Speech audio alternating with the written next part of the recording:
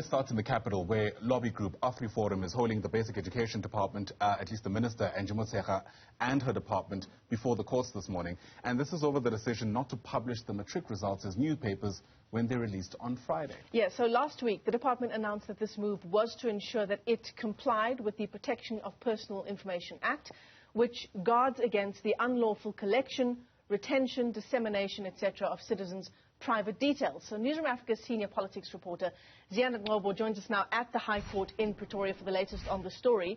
And in fact, Ziyanda, what AfriForum is arguing is that the department is using the POPI Act incorrectly, and the reason why it's fighting it in court is so that this doesn't set a precedent where information in the public interest in future is withheld.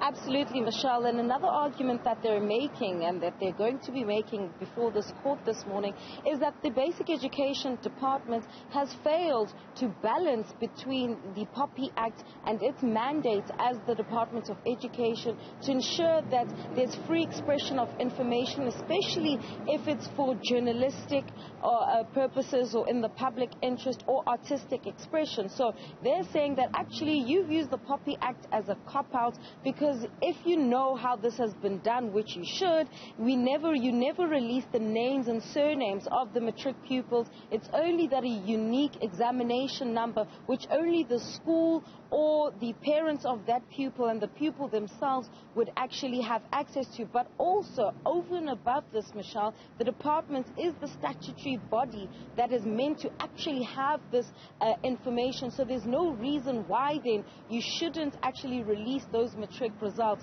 But more importantly, I think, Michelle, from a prejudicial point of view, I mean, they've used an affidavit from a matric pupil, Annalise Spies, in their papers. They're the first applicant in this matter. And she basically wrote her exams at a school here in Pretoria, but is currently based in Gqeberha in the Eastern Cape.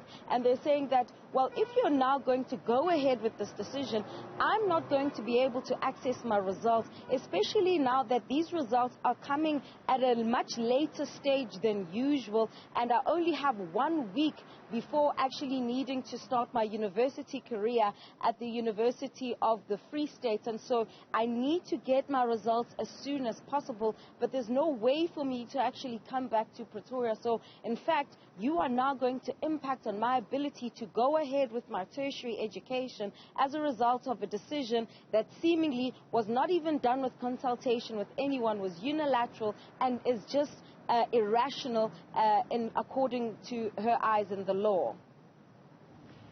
So, Ziyanda, the other issue that's also being argued, not so much a legal argument that's being made, but really an argument in this long-standing tradition of students, you know, queuing the night before the results are meant to be released, waiting for the newspaper, looking for their student number, and that is now at risk.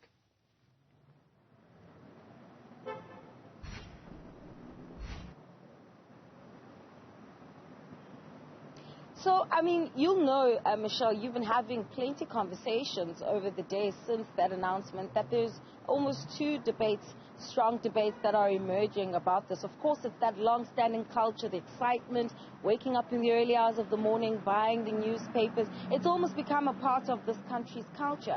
The other side of it is, of course, those students who are not successful or do not achieve, the results that they would have wanted to, or don't actually pass matric, and that this decision in many ways protects them, from any kind of disappointment publicly. So, but I think the argument there could also be that even still, no one knows what your unique examination number is. It's only yours for a year until the next, group of matric students comes in. But also, this is also something that's reflected in the papers as well, Michelle, to say that it would just go against everything that we know to be the tradition and culture of this of the country when it comes to these matric results. And also they argue that it's an encouragement, some form of encouragement for the group that comes after those who receive their matric results, that there's something to look forward to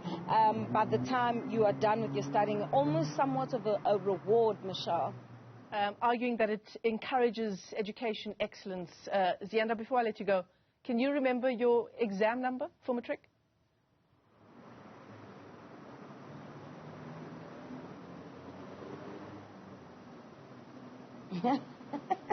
Of course not, Michelle. Do you remember? Listen, if you can't, then I think it's something that's way beyond my memory. I do remember the results that I got, and I'll tell you they were quite excellent. Ziyanda Ngcobo, thanks very much indeed. Certainly, I think, Michelle, that's actually part of the argument. We're going to miss all of that, and why shouldn't they get to enjoy that? Yeah, absolutely. Thanks so much for that update. She's live to us there from the High Court in Pretoria.